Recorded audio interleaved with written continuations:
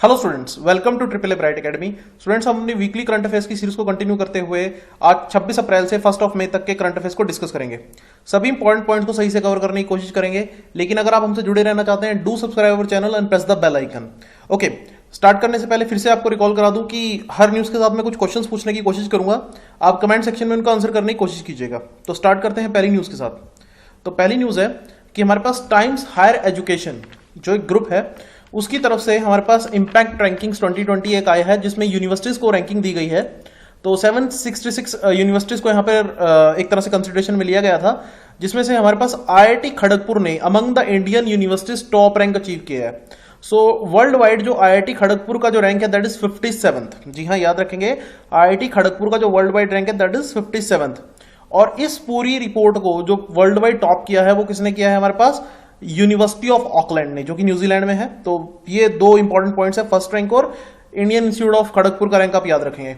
IIT Kharagpur के बारे में बता दूं स्टूडेंट कि हमारे पास आईआईटी खड़गपुर पहली आईआईटी थी इंडिया के अंदर जो एस्टेब्लिश हुई थी 1951 में। जी हाँ, याद रखेंगे, 1951 में आईआईटी खड़गपुर भारत की पहली आईआईटी थी जो एस्टेब्लिश हुई थी।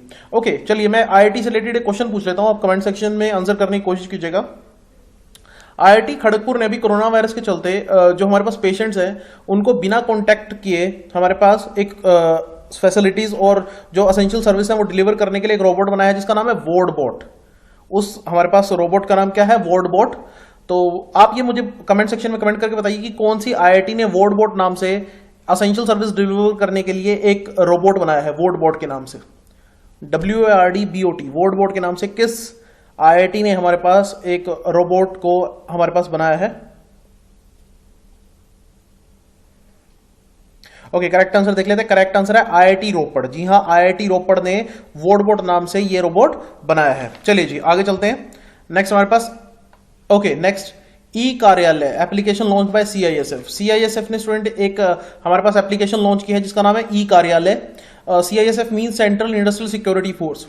सीआईएसएफ की स्टूडेंट जब हम बात करते हैं तो जितने भी गवर्नमेंट पीएसयूज हैं या गवर्नमेंट की एसेंशियल फैसिलिटीज हैं उनको सिक्योर करना हमारे पास सीआईएसएफ का काम रहता है। जैसे हमारे पास डीआरडीओ, इसरो या फिर हमारे पास बड़ी बड़ी कंपनीज है, बेल है, उन सब की सिक्योरिटीज के लिए सीआईएसएफ काम करती है। इवन दिल्ली मेट्रो के लिए भी आप देखेंगे तो सीआईएसएफ काम करती है, आपको दिखाई देगी, सेंट्रल इंडस्ट्रियल सिक्योरिटी फोर्स, जिसके करंट डायरेक्टर जनरल है राजेश रंजन। जी हाँ, स्क्रीन पे आपको नाम दिखाई दे रहा होगा। करंट डायरेक्टर जनरल कौन है? राजेश रंजन। तो सीआईएसएफ ने क्या किया है, हमारे पास एक इलेक्ट्रॉनिक ऑफिस एप्लीकेशन लॉन्च की है, जिससे क्या होगा, फाइल्स और डॉक्यूमेंट्स को विदाउट फिजिकल कॉन्टैक्ट आप क्या कर सकेंगे, हमारे पास एक जगह से दूसरी जगह मूव कर पाएंगे। तो बेसिकली डिजिटलाइजेशन पे काम यहां पर किया जा रहा है। ओके, चलिए मैं आपसे क्वेश्चन पूछता हूं डिजिटलाइजेशन को लेकर, लेकिन बड़ा इंटरेस्टिंग और इंपॉर्टेंट क्वेश्चन। हमारे पास इंडियन आर्मी ने अभी पिछले साल 2019 में क्या कहा था कि वो डिजिटाइज करेंगे अपने ऑफिशियल रिकॉर्ड्स। जो भी इंडियन आर्मी के जो ऑफिशियल रिकॉर्ड्स हैं, ऑफिशियल रिकॉर्ड है, उनको डिजिटाइज किया जाएगा। तो उस प्रोग्राम का नाम क्या रखा गया था? Army digitise its official records under new programme called what?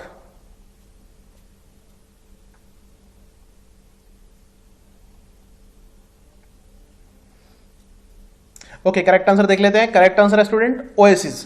Correct answer की बात करें तो करेक्ट आंसर है ओएसिस, OASIS, जिसकी फुल फॉर्म बनती है, ओएसिस की फुल फॉर्म है officer automated structures information system. जी हाँ, ये इंडियन आर्मी से रिलेटेड है, याद रखेंगे programme OASIS, officer automated structure information system. चलिए जी, नेक्स्ट न्यूज की तरफ चलते हैं।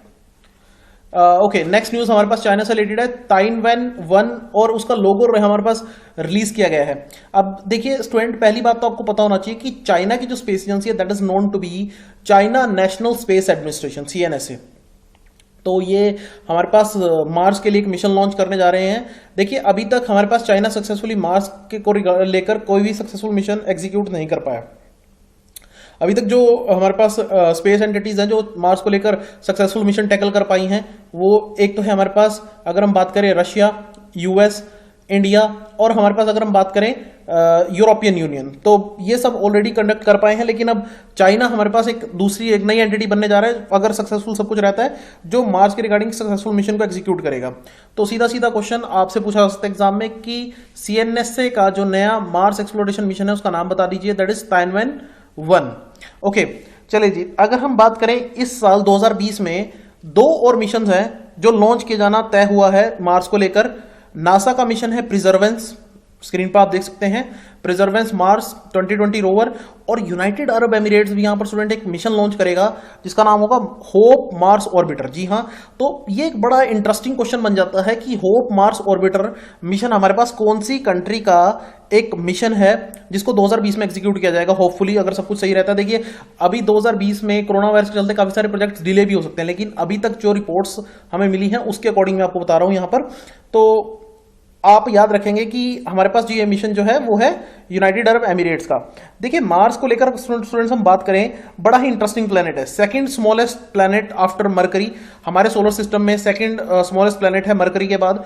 और रोमन गॉड ऑफ वॉर, मतलब कि रोमन लड़ाई के देवता के नाम पर इसका नाम पड़ा हुआ है, और रेड प्लेनेट के नाम से भी हम इसे जानते हैं। और आपको पता होगा कि इंडिया ने मंगलयान नाम से एक मिशन यहां पर सक्सेसफुली कंडक्ट किया था जहां पर हमने मार्स को स्टडी किया था। चलिए अब मैं आपसे क्वेश्चन पूछूंगा, बड़ा इंटरेस्टिंग क्वेश्चन है। आप मुझे ये बताइए कि Mangalyaan reached Mars in which year. Mangalyaan जो है हमारा, जिसको हम मार्स ऑर्बिटर मिशन MOM के नाम से भी जानते हैं, वो कौन से ईयर में मार्स पर पहुंचा था? Mangalyaan reached Mars in which year?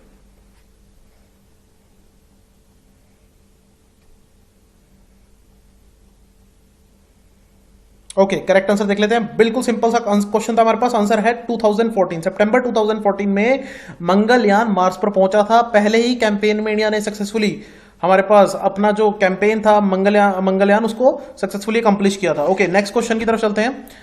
Next news है हमारे पास, medicinal delivery system called Dhanvantari.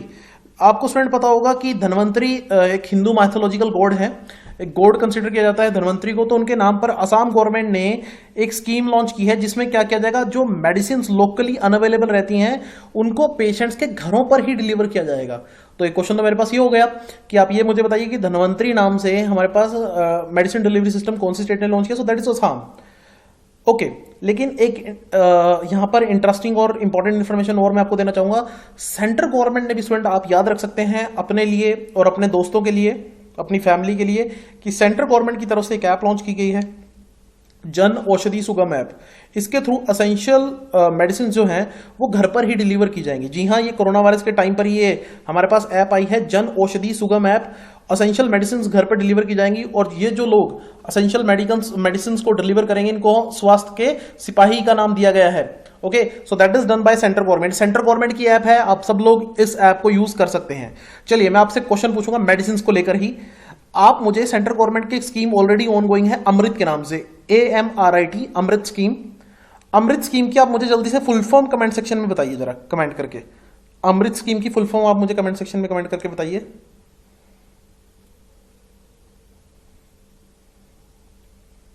AMRIT। Okay, correct answer देख लेते हैं। करेक्ट आंसर है हमारे पास affordable medicine and reliable implants for treatment. जी हाँ, मैं फिर से अमृत की फुल फॉर्म रिपीट कर देता हूं, affordable medicine and reliable implants for treatment. Medicine को लेकर, ये चीप मेडिसिन प्रोवाइड करने को लेकर सेंट्रल गवर्नमेंट की एक और स्कीम है। ओके, नेक्स्ट हमारे पास banking industry declared as public utility service.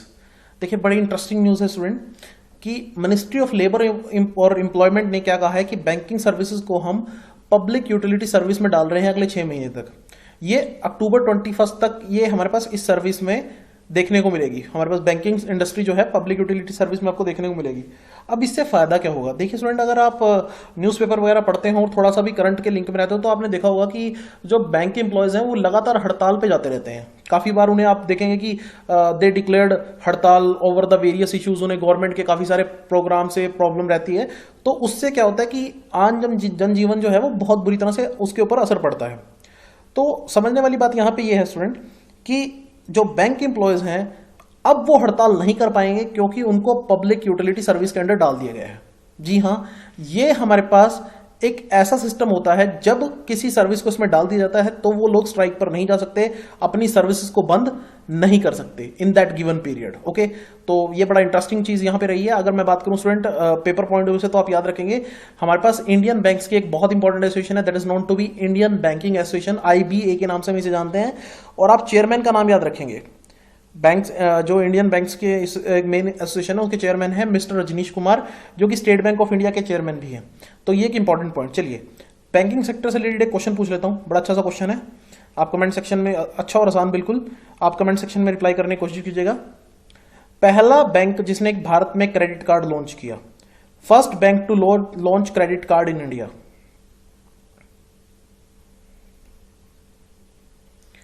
First bank to launch credit card in India. Okay, correct answer देख लेते हैं। करेक्ट आंसर की बात करें स्टूडेंट, बिल्कुल सिंपल सा क्वेश्चन था हमारे पास, और आंसर है हमारे पास सेंट्रल बैंक ऑफ इंडिया। जी हाँ, central bank of India Bharat का पहला ऐसा बैंक था जिसने क्रेडिट कार्ड भारत में लॉन्च किया था। नेक्स्ट हमारे पास एक न्यूज आई है ग्लोबल मिलिट्री एक्सपेंडिचर को लेकर, और ये रिपोर्ट किसने दी है? रिपोर्ट दी है सिप्री ने। सिप्री की फुल फॉर्म की अगर मैं बात करूं, Stockholm international peace research institute. Student, ये जो इंस्टीट्यूट है बहुत ही एक इंपॉर्टेंट इंस्टीट्यूट है जो पीस को लेकर, इंटरनेशनल पीस को लेकर काम करता रहता है। तो इसने ग्लोबल मिलिट्री स्पेंडिंग के ऊपर अपनी रिपोर्ट दी, जिसमें टॉप 3 पोजीशंस में इंडिया भी आपको दिखाई देगा। ओके, सो आप देख सकते हैं कि हमारे पास 2010 से 2018 तक की ये जो रिपोर्ट है, 2018-19 तक की रिपोर्ट ये हमारे पास सामने दिखाई दी है। तो इसमें इंडिया 3rd नंबर पर है। लेकिन आप यहां पर कंपेयर कीजिए इंडिया की जो स्पेंडिंग है, अगर आप यूएस के कंपैरेटिवली देखें तो यूएस हमसे 10 गुना ज्यादा डिफेंस पे स्पेंड करता है। देखिए, बहुत से लोग हमारे पास इस चीज के बहुत खिलाफ हैं, आपको इंडिया में भी देखने को मिलेंगे, जो इस चीज का विरोध करता है कि गवर्नमेंट डिफेंस पे एक्सेसिवली पैसा बर्बाद करती है, जबकि इंडिया में लोग भूखे मर रहे हैं। ऐसी न्यूज चीजें ऐसी सुनने को मिलती हैं आपको। देखिए स्टूडेंट, एक चीज मैं आपको समझाना चाहूंगा यहाँ पे कि ऐसा करना क्यों जरूरी है। अगर हम डिफेंस के लिए कभी डिफेंस के लिए पैसा खर्च नहीं करेंगे, अपने आप को रेडी नहीं रखेंगे वॉर के लिए, तो there is a serious threat from Pakistan and China. तो वो कभी भी हम पे अटैक कर सकते हैं और हम पर प्रेशर एक्सर्ट करके अपनी बातें मनवा सकते हैं, जो कहीं भी हमारे फेवर में नहीं होगा। तो ये जो हथियार हम हर साल खरीदते हैं, ये लड़ाई करने के लिए नहीं, लड़ाई से बचने के लिए खरीदे जाते हैं। सो यहां पर क्या है कि हमें डिफेंस एक्सपर्ट ना बनते हुए ये जो चीज है गवर्नमेंट के ऊपर छोड़ देनी चाहिए कि उन्हें कितने हथियार खरीदने, कितना डिफेंस के ऊपर खर्चा करना है, क्योंकि डिफेंस पे खर्चा करना हमारी एक मजबूरी है कहीं ना कहीं। ओके, जियोपॉलिटिकल सिनेरियो को देखते हुए। चलिए अब मैं क्वेश्चन पूछ लेता हूं। हमने यहां पे बात की Stockholm international peace research institute. तो आप मुझे कमेंट सेक्शन में कमेंट करके बताइए कि स्टॉकहोम कौन सी कंट्री की कैपिटल है। स्टॉकहोम कौन सी कंट्री की कैपिटल है हमारे पास? बिल्कुल सिंपल सा क्वेश्चन है स्टूडेंट, सब लोग आंसर करने की कोशिश कीजिए। ओके, स्टॉकहोम जो है वो हमारे पास स्वीडन की कैपिटल है, ठीक है। और स्टॉकहोम स्वीडन में हमारे पास नोबेल प्राइजेस भी दिए जाते हैं। ओके, हमारे पास accept the Nobel prize in peace जो कि ओस्लो नॉर्वे में दिया जाता है, बाकी के जो नोबेल प्राइज हैं वो हमारे पास स्टॉकहोम स्वीडन में दिए जाते हैं। चलिए जी नेक्स्ट न्यूज की तरफ चलते हैं। एक हमारे पास और अच्छी खबर है। ओके, 2019 में जो हमने टोटल एक्सपोर्ट किए उसमें सबसे बड़ा कंट्रीब्यूशन इस बार केमिकल पेट्रोकेमिकल का रहा है, ठीक है, जो कि रहा है हमारे पास 14.35%। केमिकल और पेट्रोकेमिकल इंडस्ट्री जो है उसने हमारे पास टॉप किया है एक्सपोर्टिंग सेक्टर में। और अगर हम बात करें यहाँ पर जो पूरा इसका कंट्रीब्यूशन रहा है वो रहा है 14.35%। ओके, ये हमारे पास इंफॉर्मेशन किसने दी है? Union minister of chemical and fertilisers ने, डीबी सदानंद गौड़ा। देखिए, अगर आप चाहते हैं कि आपको अपनी इकोनॉमी स्ट्रांग करनी है तो we have to focus on our export. Okay, चलिए अब आपको ये पता चल गया हमारी कंट्री में किस सेक्टर का सबसे ज्यादा एक्सपोर्ट में कंट्रीब्यूशन रहता है। अब मैं क्वेश्चन पूछ लेता हूं, आप मुझे कमेंट सेक्शन में आंसर करने की कोशिश कीजिए कि इंडिया अपना मैक्सिमम एक्सपोर्ट कौन सी कंट्री को करता है। इंडिया जो अपने गुड्स और सर्विसेज का जो मैक्सिमम एक्सपोर्ट है गुड्स और सर्विसेज का, वो कौन सी कंट्री को सबसे बड़े पैमाने पे करता है? Maximum export to which country?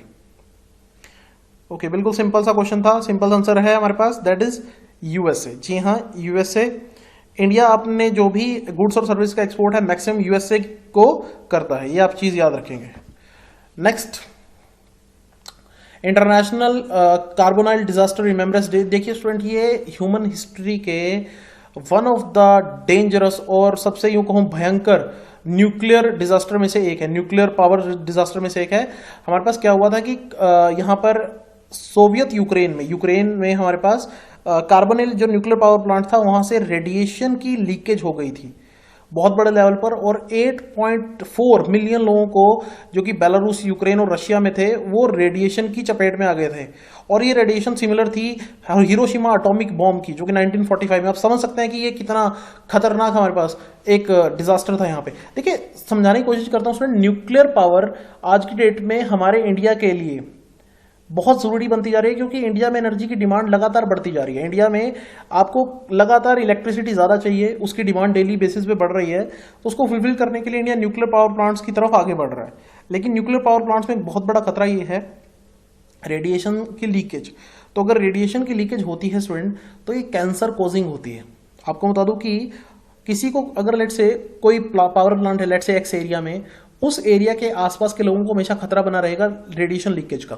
Radiation जब लीकेज होगी तो आम लोगों को कुछ फील नहीं होगा, लेकिन उनको कैंसर होने की पॉसिबिलिटी हमेशा बनी रहेगी अगर रेडिएशन की लीकेज हो जाती है तो ये अपने आप में एक खतरनाक चीज है न्यूक्लियर रिएक्टर्स की जब भी हम बात करते हैं। लेकिन अभी इंडिया न्यूक्लियर रिएक्टर्स के ऊपर बहुत ज़्यादा काम कर रहा है। बहुत सारे न्यूक्लियर रिएक्टर्स हैं, जैसे कुंडाकुलम है हमारे पास, और भी कई सारे न्यूक्लियर पावर प्लांट्स हैं, फेमस न्यूक्लियर पावर प्लांट्स हैं इंडिया में। चलिए, लेकिन आज मैं एक छोटा सा क्वेश्चन आपसे पूछ लेता हूँ हमारे पास, कि आप मुझे कमेंट सेक्शन में कमेंट करके बताइए कि इंडिया का पहला न्यूक्लियर रिएक्टर, उसका नाम क्या था। देखिए, मैं न्यूक्लियर यहाँ पर साइट नहीं पूछ रहा हूँ, मैं पूछ रहा हूँ न्यूक्लियर रिएक्टर का नाम। इंडिया फर्स्ट न्यूक्लियर रिएक्टर, उसका नाम आप मुझे कमेंट सेक्शन में कमेंट करके बताइए। मैं न्यूक्लियर पावर प्लांट के बारे में नहीं पूछ रहा हूं, मैं पूछ रहा हूं India first nuclear reactor. Comment section में जल्दी से उसका नाम कमेंट करके बताइए, India first nuclear reactor. Okay, correct answer देख लेते हैं।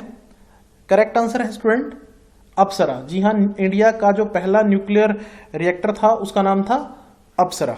ओके, और पंडित जवाहरलाल नेहरू जी ने इसको अपने टाइम में इनोग्रेट किया था। नेक्स्ट हमारे पास डेज को लेकर हमारे पास न्यूज, तो world penguin day, world veterinary day और वर्ल्ड मलेरिया डे, तीनों हमारे पास ऑब्जर्व किए गए। आपको बता दूं, ये तीनों ऑब्जर्व किए गए हमारे पास 25 अप्रैल को।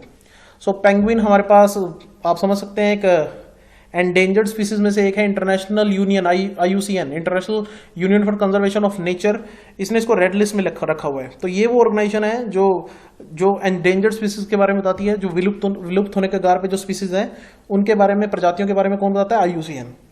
और फिर यहाँ पर आप थीम याद रखेंगे वर्ल्ड वेटरनरी डे की, that is environment protection for improving animal and human health. फिर वर्ल्ड मलेरिया डे, तो मलेरिया के बारे में आपको पता ही होगा, थीम यहाँ पर है zero malaria starts with me, theme आप याद रखेंगे। मलेरिया को लेकर हम पिछले लेक्चर्स में बात कर चुके हैं। मॉस्क्यूरिक्स नाम की वैक्सीन बनाई गई थी GSK द्वारा, ग्लैक्सोस्मिथक्लाइन द्वारा, जो कि जिसके टेस्ट सबसे पहले कहाँ स्टार्ट हुए थे? मलावी, अफ्रीका में। ओके, चलिए मैं आज आपसे एक दूसरा क्वेश्चन पूछता हूँ। नेक्स्ट एक दूसरा question, national institute of malaria research Bharat में कहां पर है? आप जल्दी से मुझे कमेंट सेक्शन में कमेंट करके बताइए, national institute of malaria research Bharat में कहां पर स्थित है? National institute of malaria research. Okay, correct answer है स्टूडेंट, बिल्कुल सिंपल सा क्वेश्चन था, करेक्ट आंसर है न्यू दिल्ली। जी हाँ, national institute of malaria research new Delhi में सिचुएटेड है। ओके, नेक्स्ट हमारे पास MP जीवन शक्ति योजना। देखिए, मध्य प्रदेश ने हमारे पास एक नई स्कीम लॉन्च की है, जीवन शक्ति योजना। मध्य प्रदेश के चीफ मिनिस्टर शिवराज सिंह चौहान, तो उन्होंने क्या कहा है कि जो लेडीज हैं वो घर पर बैठ के मास्क बनाए, और गवर्नमेंट क्या करेगी? 11 रुपीज पर मास्क पे करेगी। तो एक अच्छी स्कीम है, एक अच्छा इनोवेटिव मेथड है। ओके, तो जीवन शक्ति योजना आपने याद रखना है, मध्य प्रदेश से रिलेटेड है। इसके अलावा इन्होंने युद्ध कल्याण योजना भी स्टार्ट की है, जहां पर आंगनवाड़ी वर्कर्स को यहाँ पर हेल्प की जाएगी और इंश्योरेंस कवर दिया जाएगा 50 लाख रुपीज का। तो ये दोनों पॉइंट्स आप याद रखेंगे, दैट इज रिलेटेड टू हमारे पास कौन से स्टेट्स हैं? मध्य प्रदेश से। मध्य प्रदेश ने एक और चीज कही है कि वो अपने डिपार्टमेंट ऑफ हैप्पीनेस को फिर से रिवाइव करेगा। देखिए, बड़ा इंटरेस्टिंग पॉइंट है, मध्य प्रदेश भारत का पहला ऐसा राज्य है जिसने अपने यहाँ पर डिपार्टमेंट ऑफ हैप्पीनेस बनाया है, ताकि जो लोग हैं वो कहीं ना कहीं खुश रह सकें। ये जो आइडिया है ये कहाँ से लिया गया? ये आइडिया लिया गया था भूटान से। ये आइडिया कहाँ से लिया गया था? मैं आपको बता दूं, भूटान से। ओके, एक छोटा सा पॉइंट और स्टूडेंट मैं आपको बताना चाहूंगा। चलिए, आप मुझे कमेंट सेक्शन में ही बता दीजिए वो कि भारत का दूसरा राज्य कौन सा है जिसने अपने यहां पर हैप्पीनेस डिपार्टमेंट एस्टेब्लिश किया है? Second state to create happiness department in India. जल्दी से कमेंट सेक्शन में कमेंट करके बताइए, after Madhya Pradesh second state to create happiness department in India.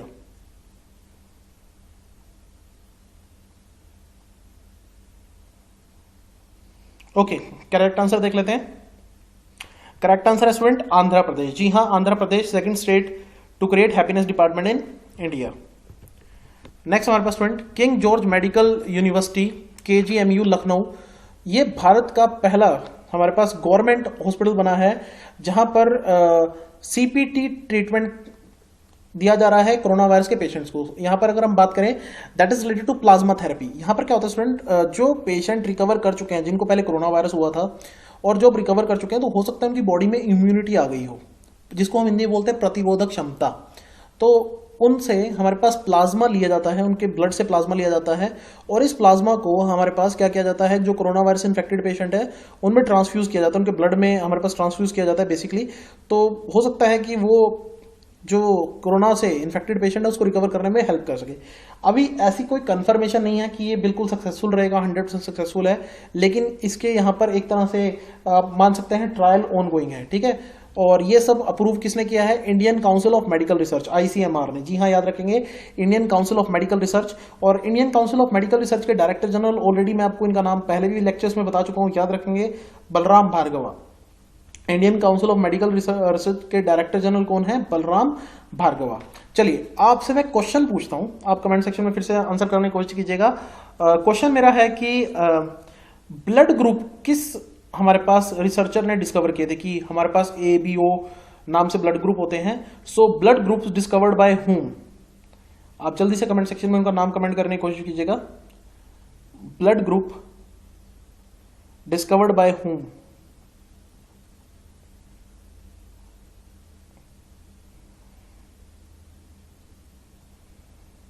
Okay, so correct answer है हमारे पास blood group discovered by Karl Landsteiner. जी हाँ, कार्ल लैंडस्टीनर वो पर्सन थे, KARL, कार्ल लैंडस्टीनर, जिन्होंने हमारे पास ब्लड ग्रुप्स की डिस्कवरी की थी। आम लोगों को बताया था कि there are different type of blood groups in different people.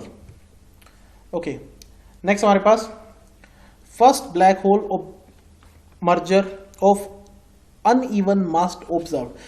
बड़ी इंटरेस्टिंग न्यूज है स्टूडेंट, साइंस से रिलेटेड एक बड़ी हमारे पास डिस्कवरी यहां पर हुई है। देखिए, पहली बात तो आपको एक चीज मैं बताना चाहूंगा, that is LIGO lab. LIGO की फुल फॉर्म है laser interferometer gravitational wave observatory. हमारे पास यहां पर फुल फॉर्म फिर से सुन लीजिए, laser interferometer gravitational wave observatory. देखिए student, LIGO labs gravitational waves को स्टडी करने के लिए यूज की जाती है, नाम से ही पता चल रहा है। ग्रेविटेशनल वेव्स के बारे में सबसे पहले विश्व को बताया था एल्बर्ट आइंस्टाइन ने, और ये कुछ साल पहले ही प्रूव हुआ है कि ग्रेविटेशनल वेव्स डू एग्जिस्ट, कि ग्रेविटेशनल वेव्स एग्जिस्ट करती हैं। और इसको पता लगाने में लीगो लैब्स का एक बड़ा अहम योगदान रहा था। तो अभी तक जो लीगो लैब्स हैं वो हमारे पास US में सिचुएटेड हैं। इन्होंने विर्गो के साथ कोलैबोरेशन किया था। विर्गो की अगर हम बात करें, सो ये हमारे पास एक दूसरी लैब्स हैं, इनके साथ टाई अप किया गया था। सो यहाँ पर इन दोनों ने मिलकर क्या किया है, आपको बता दूं, विर्गो लैब जो है वो इटली में है। इन्होंने मिलकर यहाँ पर ब्लैक होल के मर्जर को डिस्कवर किया है, जहां पर अनइवन मासेस ऑब्जर्व किए गए थे। तो ब्लैक होल के बारे में अभी तक ज्यादा हमारे साइंटिस्टों को नॉलेज नहीं है, लेकिन ब्लैक होल के अंदर जो भी चीज जाती है वो उसे खत्म कर देता है। वो उसके बारे में कोई कंफर्म इंफॉर्मेशन नहीं है कि वो उसको किस तरह से प्रोसेस करता है। सो अभी भी ब्लैक होल्स को लेकर हमारी नॉलेज बहुत कम है। तो यहाँ पर एक फिनोमिना देखा गया। बेसिकली आपसे जो क्वेश्चन पूछा जा सकता है, आपने वो चीज याद रखनी है कि एक तो लीगो लैब्स हमारे पास कौन सी कंट्री में रिलेटेड है, that is related to USA। LIGO की फुल फॉर्म याद रखेंगे, लीगो लैब का पर्पस याद रखेंगे। लीगो लैब्स किस लिए यूज की जाती है, टू स्टडी ग्रेविटेशनल वेव्स, और USA में है। और विर्गो लैब के बारे में याद रखेंगे, ये हमारे पास इटली में है। चलिए, एक इंटरेस्टिंग चीज मैं आपको बताना चाहूंगा और यहाँ पे कि भारत में भी, जी हाँ, इंडिया में भी हमारे पास ग्रेविटेशनल वेव्स को स्टडी करने के लिए इंडिगो लैब बनवाने की बात की जा रही है। IndIGO lab means, IndIGO full form बता देता हूं मैं, that is Indian initiative on gravitational wave observation. इसको इन शॉर्ट कहा गया है IndIGO lab, that is Indian initiative on gravitational wave observation. So आप मुझे कमेंट सेक्शन में कमेंट करके बताइए कि ग्रेविटेशनल वेव्स को स्टडी करने के लिए जो इंडिगो लैब है वो भारत में कहां पर बन रही है, कहां पर बनाने की उसको योजना चल रही है। ग्रेविटेशनल वेव्स को स्टडी करने के लिए भारत में लैब बन रही है, अपने आप में एक बहुत बड़ी बात है। जल्दी से बताइए कमेंट सेक्शन में। ओके, करेक्ट आंसर देख लेते हैं। करेक्ट आंसर की अगर हम बात करें, हिंगोली महाराष्ट्र। जी हाँ, हिंगोली महाराष्ट्र में इंडिगो लैब्स बनाई जा रही हैं। फुल फॉर्म मैं फिर से बता देता हूं, Indian initiative on gravitational wave observation. तो ये एक इंटरेस्टिंग पॉइंट है, याद रखेंगे। ओके स्टूडेंट, नेक्स्ट न्यूज देख लेते हैं। हमारे पास नेक्स्ट न्यूज है कि पाकिस्तान क्रिकेट बोर्ड ने उमर अकमल को बैन कर दिया है। यहां पर उमर अकमल ने आईसीसी के एंटी करप्शन कोड को वायलेट किया था, तो इसी के चलते उमर अकमल को 3 साल के लिए बैन कर दिया गया। तो सीधा सीधा question exam point of view से कि पाकिस्तान क्रिकेट बोर्ड ने किस क्रिकेटर को रिसेंटली बैन किया, तो वो है Umar Akmal.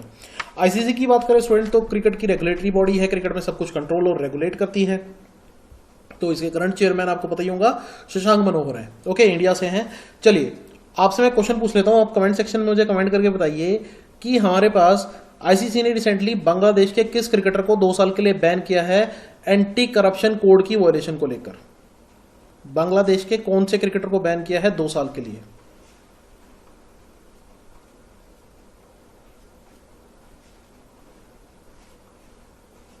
Okay, correct answer देख लेते हैं। करेक्ट आंसर है शाकिबुल हसन। जी हाँ, शाकिबुल हसन बांग्लादेश का जो क्रिकेटर जिसको बैन किया गया था 2 साल के लिए। ठीक है, एक हमारे पास हरफन मोलक खिलाड़ी। नेक्स्ट न्यूज की तरफ चलते हैं। नेक्स्ट न्यूज हमारे पास, Karnataka top in total installed renewable energy capacity. देखिए, रेन्यूएबल एनर्जी की जब मैं बात करता हूं तो यानी कि मैं बात कर रहा हूं नवीकरणीय ऊर्जा। हिंदी में अगर मैं बात करूं तो क्रिसल रिसर्च की एक रिपोर्ट आई है जिसमें क्या कहा गया कि कर्नाटक स्टेट ऐसी स्टेट है जिसने टॉप पोजीशन अचीव की है in the total installed renewable energy capacity in megawatts. Okay, so second number पे रहा तमिलनाडु, थर्ड पे रहा है गुजरात। लेकिन रेन्यूएबल एनर्जी में क्या क्या आता है अगर हम बात करें, इसके अंदर आता है स्टूडेंट विंड एनर्जी, हमारे पास सोलर एनर्जी, जियोथर्मल एनर्जी, तो बायोमास, काफी सारी चीजें इसमें आती हैं। अगर हम बात करें सोलर एनर्जी की, तो सोलर एनर्जी में टॉप स्टेट जिस स्टेट ने किया है इंस्टॉल्ड कैपेसिटी में वो है राजस्थान। और विंड एनर्जी की बात करें तो जिस स्टेट ने टॉप किया है वो है गुजरात। तो ये अलग अलग क्वेश्चंस बनते हैं, ये आप याद रखेंगे। ओके, चलिए आपसे मैं क्वेश्चन पूछ लेता हूं। हमारे पास वर्ल्ड वाइड रेन्यूएबल एनर्जी को जो एजेंसी प्रमोट करती है पूरे अंतर्राष्ट्रीय स्तर पर, उसका नाम है arena, international renewable energy agency. आप मुझे जल्दी से कमेंट सेक्शन में कमेंट करके बताइए कि where is the headquarter of IRENA, international renewable energy agency. इसका हेडक्वार्टर कहां पर है?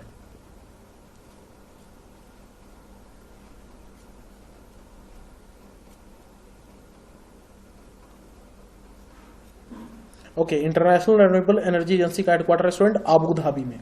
जी हाँ, याद रखेंगे, इंटरनेशनल रेन्यूएबल एनर्जी एजेंसी का हेडक्वार्टर कहाँ है? Abu Dhabi. नेक्स्ट हमारे पास गवर्नमेंट एस्टैब्लिश IFSCA। देखिए स्टूडेंट, पहली बात तो ये IFSCA है क्या? International financial service centre authority. Basically इसको बनाने का पर्पस क्या है? इसको बनाने का पर्पस अभी तक तो सिर्फ एक ही है कि भारत का जो इकलौता इंटरनेशनल फाइनेंशियल सर्विस सेंटर है उसको ये मैनेज करे।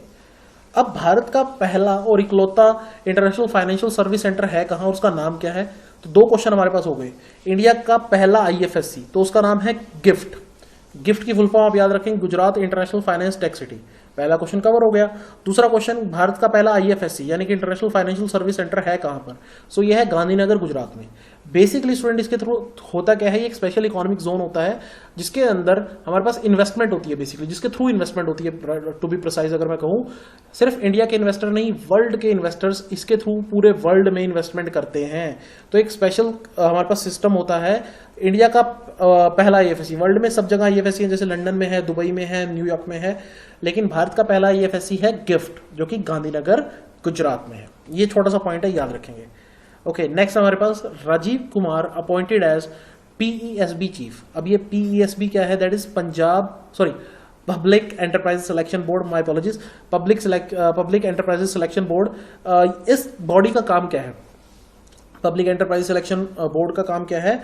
तो इसका काम होता है कि सेंट्रल गवर्नमेंट को हमारे पास एडवाइस करना on the appointment of top managerial post at the PSU जैसे पब्लिक सेक्टर जो भी एंटरप्राइजेस हैं या यूनिट्स हैं, उनके अंदर हमारे पास जो बड़ी मैनेजरियल पोस्ट है उनके लिए किसको अपॉइंट किया जाए, उसको लेकर ये बॉडी एडवाइस करती है। तो राजीव कुमार इससे पहले फाइनेंस सेक्रेटरी हुआ करते थे, अब इनको यहाँ पर इस बोर्ड का नया चेयरमैन नियुक्त कर दिया गया है। देखिए स्टूडेंट, अगर आप बैंकिंग सेक्टर से जुड़े हुए हैं, बैंकिंग सेक्टर की प्रिपरेशन वगैरह कर रहे हैं, तो आपको मैं बता दूं कि जो सरकारी बैंक होते हैं, पब्लिक सेक्टर बैंक PSB, तो पब्लिक सेक्टर बैंक्स में जो टॉप मैनेजरियल लेवल पोजीशन होती है उसके लिए गवर्नमेंट को एडवाइस कौन करता है? एक स्पेशल बॉडी होती है, उसका नाम है BBB। अगर आपने सुना हो तो मैं फिर से एक बार बता देता हूं, कुछ बच्चों ने सुना भी होगा इसके बारे में। BBB that is bank board bureau.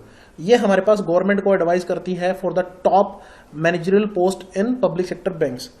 चलिए, आप में से किसी को अगर पता है तो कमेंट सेक्शन में जल्दी से कमेंट करके बताइए कि who is the current chairman of triple B, bank board bureau के करंट चेयरमैन कौन है? जल्दी से कमेंट सेक्शन में कमेंट करके बताइए।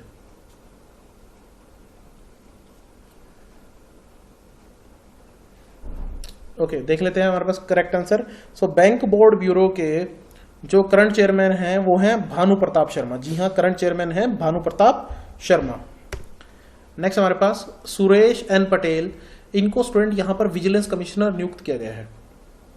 देखिए स्टूडेंट, विजिलेंस डिपार्टमेंट है क्या? देखिए, सेंट्रल विजिलेंस कमीशन हमारे पास एस्टेब्लिश किया गया था गवर्नमेंट के द्वारा 1964 में।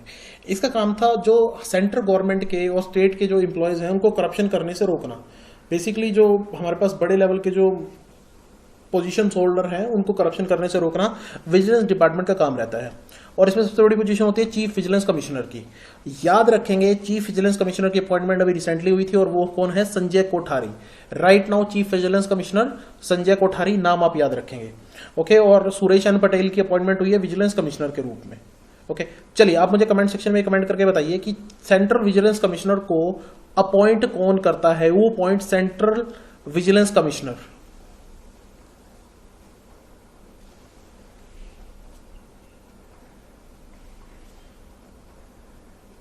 ओके, करेक्ट आंसर देख लेते हैं। सेंट्रल विजिलेंस कमिश्नर को स्टूडेंट कौन अपॉइंट करता है? President of India. जी हाँ, याद रखेंगे, central vigilance commissioner appointed by president of India.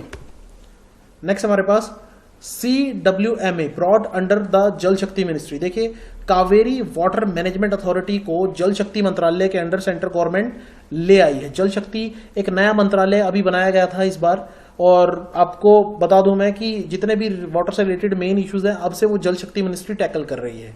Okay, Kaveri water management authority ये क्या है स्टूडेंट? तो देखिए, कावेरी एक रिवर का नाम है स्टूडेंट, आपने नाम सुना ही होगा। इंटर स्टेट रिवर है, कई स्टेट से होकर गुजरती है।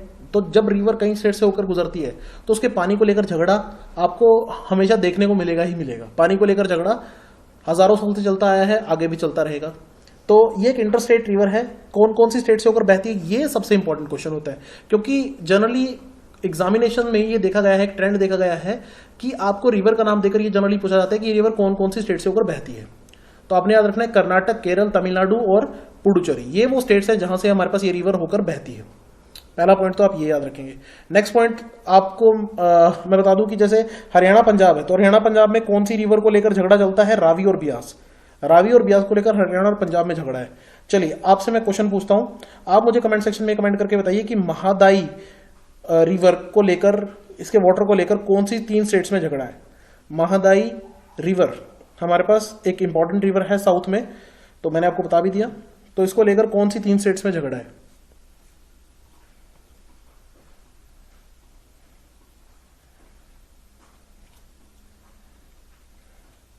ओके, महादाई वाटर डिस्प्यूट हमारे पास गोवा, महाराष्ट्र और कर्नाटक के बीच में है। जी हाँ, फिर से बता दूं, Mahadayi water dispute is between Goa, Maharashtra and Karnataka.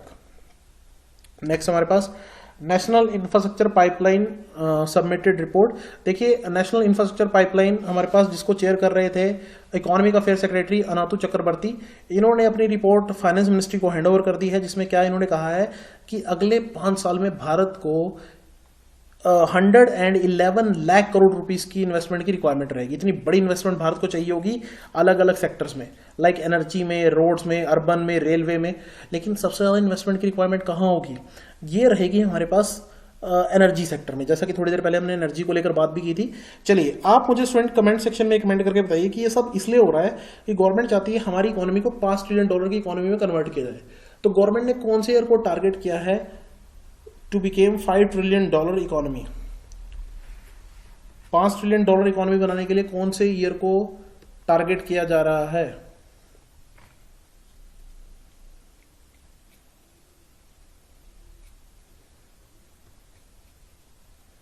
Okay, correct answer देख लेते हैं। करेक्ट आंसर हमारे पास student 2025। Okay, India set a target to achieve $5 trillion economy by 2025। Okay, मनरेगा को लेकर स्टूडेंट न्यूज़ है हमारे पास। मनरेगा को लेकर पिछले वीडियो में हमने बहुत अच्छे से डिस्कशन किए थे सारे क्वेश्चंस को, जिसमें हमारे पास रूरल लेवल पर एम्प्लॉयमेंट देने की गारंटी दी जाती है, Mahatma Gandhi national rural employment guarantee act. तो यहाँ पर एक न्यूज़ आई है स्टूडेंट कि सबसे ज़्यादा बेटर लेवल पर जो स्टेट जिसने एम्प्लॉयमेंट प्रोवाइड की है मनरेगा के तहत वो है छत्तीसगढ़, सेकंड पे है राजस्थान और थर्ड पे है यूपी। तो स्टूडेंट पेपर में बहुत से स्टूडेंट्स को यूपी ऑप्शन लगेगा क्योंकि पॉपुलेशन ज़्यादा है, लेकिन ऐसी गड़बड़ आप नहीं करेंगे। याद रखेंगे मनरेगा के तहत सबसे ज़्यादा जो एम्प्लॉयमेंट प्रोवाइड की है as per the government record, वो हमारे पास कौन सी स्टेट है? वो है छत्तीसगढ़। सिंपल सा क्वेश्चन। नेक्स्ट न्यूज़ की तरफ चलते हैं। ओके, यूसेड ने स्टूडेंट अनाउंस किया है कि वो $3 मिलियन का सपोर्ट देगा इंडिया को एडिशनल। यूसेड है हमारे पास United State agency for international development. तो ये वेरियस कंट्रीज को एड वगैरह हेल्प प्रोवाइड करती है, फाइनेंशियल हेल्प। तो $2.9 मिलियन इसने पहले अनाउंस किया था, अब 3 मिलियन और, यानी कि टोटल $5.9 मिलियन का एक तरह से टारगेट सेट किया गया है यूसेड के द्वारा इंडिया के लिए। तो कोरोना वायरस से बेसिकली जो इंडिया प्रॉब्लम फेस कर रहा है उससे लड़ने के लिए यूसेड की तरफ से ये फंडिंग की जा रही है। यहाँ पर एक फाइनेंसिंग प्लेटफॉर्म का यूज किया जाएगा, वो इंपॉर्टेंट है मेरे लिए एग्जाम पॉइंट ऑफ व्यू से। फाइनेंसिंग प्लेटफॉर्म का जो यूज किया जाएगा वो है पहल।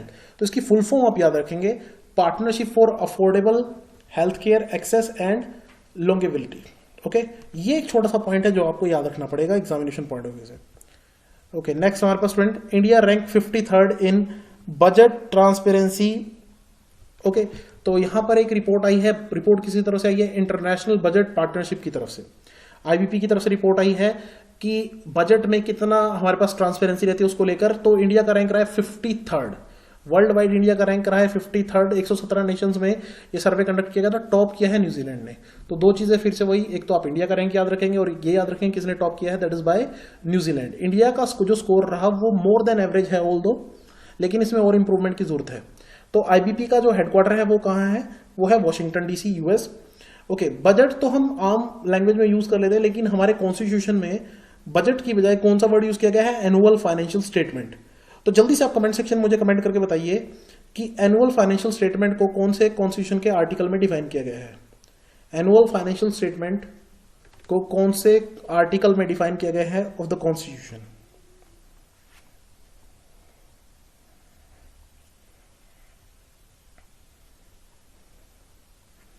Okay, article number 112, 112, article number 112 of the constitution of India, annual financial statement.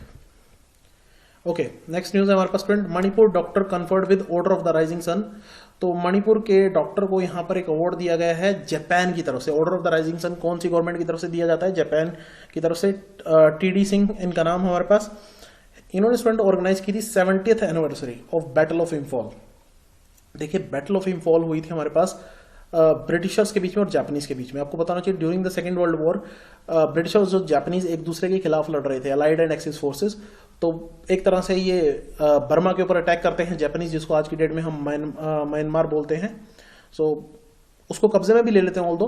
तो उस टाइम पे ये बैटल ऑफ इम्फॉल देखने को मिलती है। तो इसकी एनिवर्सरी को हमारे पास सेलिब्रेट किया गया था। तो ये भी आप याद रखेंगे कि बैटल ऑफ इम्फॉल जो है वो किस किस के बीच में लड़ी गई थी? That is between the Britishers and the Japanese. और जापान की पार्लियामेंट का नाम आप मुझे जल्दी से कमेंट सेक्शन में कमेंट करके बता दीजिए। सिंपल सा क्वेश्चन मैं पूछ रहा हूं आपसे, name the parliament of Japan.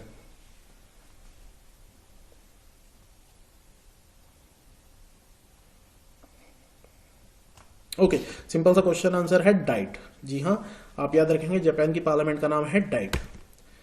Okay, next हमारे पास Reliance increase its stake to 26.3% in skyTran. SkyTran student US की कंपनी है जो हमारे पास ट्रांजिट सिस्टम यानी कि रैपिड ट्रांजिट सिस्टम के ऊपर काम कर रही है। और इसका एक प्रोजेक्ट पोर्ट ट्रांसपोर्ट भी है। अगर पोर्ट्स के बारे में आपने सुना हो कि पोर्ट एक फ्यूचरिस्टिक मॉडल है ट्रांसपोर्टेशन का, जिसमें 7 से 8 लोग ट्रेवल करते हैं। तो पोर्ट के ऊपर भी ये कंपनी काम करते हैं। तो रिलायंस इंडस्ट्रीज का एक फ्यूचरिस्टिक विजन, फ्यूचरिस्टिक प्लान को देखते हुए इस कंपनी में इन्वेस्ट करना काफी हद तक सही है। 26.3% शेयर खरीद लिए हैं यहाँ पर। रिलायंस इंडस्ट्रीज की बात करें स्टूडेंट, इंडिया की सबसे बड़ी कंपनीज में से एक, जिसके चेयरमैन है मुकेश अंबानी। एक छोटा सा पॉइंट और बताना चाहूंगा आपको रिलायंस इंडस्ट्री के बारे में। अगर कंपनी वाइज देखा जाए, अगर कंपनीज वाइज देखा जाए तो भारत की सबसे बड़ी कंपनी जो एक्सपोर्ट करती है, सबसे ज्यादा एक्सपोर्ट करती है कंपनी, तो वो रिलायंस इंडस्ट्रीज है। सिंगल कंपनी जो सबसे ज्यादा एक्सपोर्ट करती है भारत से, that is Reliance Industries. Okay, FIFA launched we will win campaign. FIFA ने देखिए कोरोना वायरस को लेकर एक कैंपेन लॉन्च की है, वी विल विन, और जिसमें हमारे पास हेल्थ वर्कर्स को ट्रिब्यूट पे की जाएगी। इसमें 50 फुटबॉलर्स को जगह दी गई है, जिसमें इंडियन फुटबॉलर आप याद रखेंगे बाइचिंग भूटिया। तो आपसे पहला तो ये क्वेश्चन पूछा जा सकता है कि फीफा की वी विल विन कैंपेन में कौन से भारतीय क्रिकेटर को जगह, सॉरी फुटबॉलर को जगह दी गई है। सो ये है बाइचिंग भूटिया। ओके, फीफा का जो हमारे पास रेगुलेशन का काम होता है और प्रेसिडेंट इसके हैं गियानी इन्फेंटिनो। चलिए आप मुझे स्टूडेंट कमेंट सेक्शन में कमेंट करके बताइए कि करंट इंडियन फुटबॉल टीम के कैप्टन का नाम, इंडियन फुटबॉल टीम के कैप्टन का नाम right now.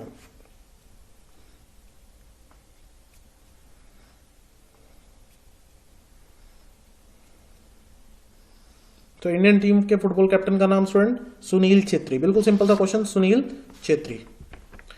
Okay, next student हमारे पास जीआई टैग दिए गए हैं। जीआई टैग होता है ज्योग्राफिकल इंडिकेशन टैग। जब कोई चीज पर्टिकुलर एक प्लेस से ही मिलती है, वो उस पर्टिकुलर प्लेस से ही, ओरिजिन से ही आपको ओरिजिनल मिलेगी, तो इसको हम जीआई टैग देते हैं नेशनल और इंटरनेशनल लेवल पर। तो हमारे पास आप याद रखेंगे, पेपर में क्वेश्चन आता है कि जीआई टैग देकर आपसे पूछ लिया जाता है किस चीज से, कौन सी स्टेट से रिलेटेड है। तो चक हो, ये हमारे पास एक ब्लैक राइस की टाइप है, तो आपने याद रखना चक हो कौन सी स्टेट से रिलेटेड है, that is related to the state of Manipur.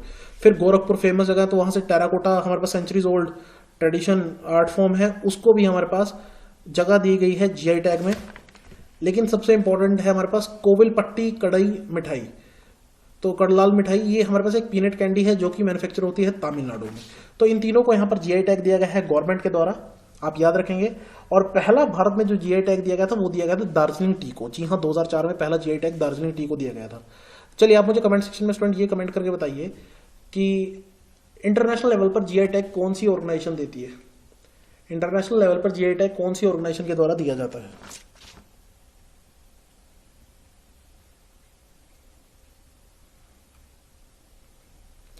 Okay student, international level पर जीआई टैग दिया जाता है डब्ल्यूटीओ के द्वारा, वर्ल्ड ट्रेड ऑर्गेनाइजेशन के द्वारा, जिसका हेडक्वार्टर जिनीवा स्विट्जरलैंड में है। WTO, world trade organisation. Okay student, हमारे पास national board for wildlife, इसने जो कि वाइल्ड लाइफ को जो मैनेज करता है, इसने दाहिंग पटकाई एलिफेंट रिजर्व जो कि असम में है, यहाँ पर कोल माइनिंग के लिए अप्रूव कर दिया है। अब पेपर में आपसे क्वेश्चन कैसे पूछा जाएगा कि दाहिंग पटकाई एलिफेंट रिजर्व अभी न्यूज में था, आप ये बताइए कि ये भारत के कौन से राज्य से रिलेटेड है। तो that is situated in the state of Assam. Student यहाँ पर आपको एक और चीज देखने को मिलेगी, दाहिंग पटकाई वाइल्ड लाइफ सेंचुरी, जिसको हम जयपुर रेन फॉरेस्ट के नाम से भी जानते हैं। ये भी एक छोटा सा पॉइंट याद रखेंगे। चलिए, एलिफेंट की बात कर रहे थे, तो आप कमेंट सेक्शन में स्टूडेंट जल्दी से कमेंट करके बताइए कि भारत में सबसे ज्यादा elephant as per the last census कौन सी स्टेट में पाए जाते हैं, सबसे ज्यादा वाइल्ड एलिफेंट भारत की कौन से स्टेट में मिलते हैं।